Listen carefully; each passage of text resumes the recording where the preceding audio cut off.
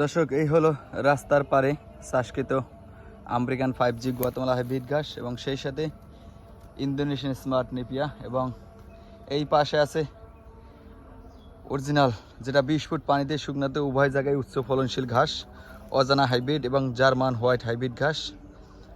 100% পরিপক্ক কাটিং হয়েছে অজানা হাইব্রিড ঘাসের। চাইলে আপনারা এগুলো সংগ্রহ করতে পারবেন। এক ঝোপে কী পরিমাণ গুয়াতেমালা ঘাস হয় সেটা ইনশাল্লাহ আপনাদেরকে দেখাবো। অনেক ভিডিও ধারণ করছি এখান থেকে, আপনারা দেখছেন ইতিপূর্বে, আমার এই চ্যানেলে দেওয়া আছে। দেখেন দর্শক, এগুলো হলো অজানা হাইব্রিড ঘাস এবং পাশাপাশি রাস্তার পারে চাষ করে দিলাম কাঙ্ক্ষিত গুয়াতেমালা হাইব্রিড ঘাস। সেচ ব্যবস্থা না থাকার কারণে ঝোপটা আপনার বড় হইতেছে না, শাখা বৃদ্ধি পাইতেছে না।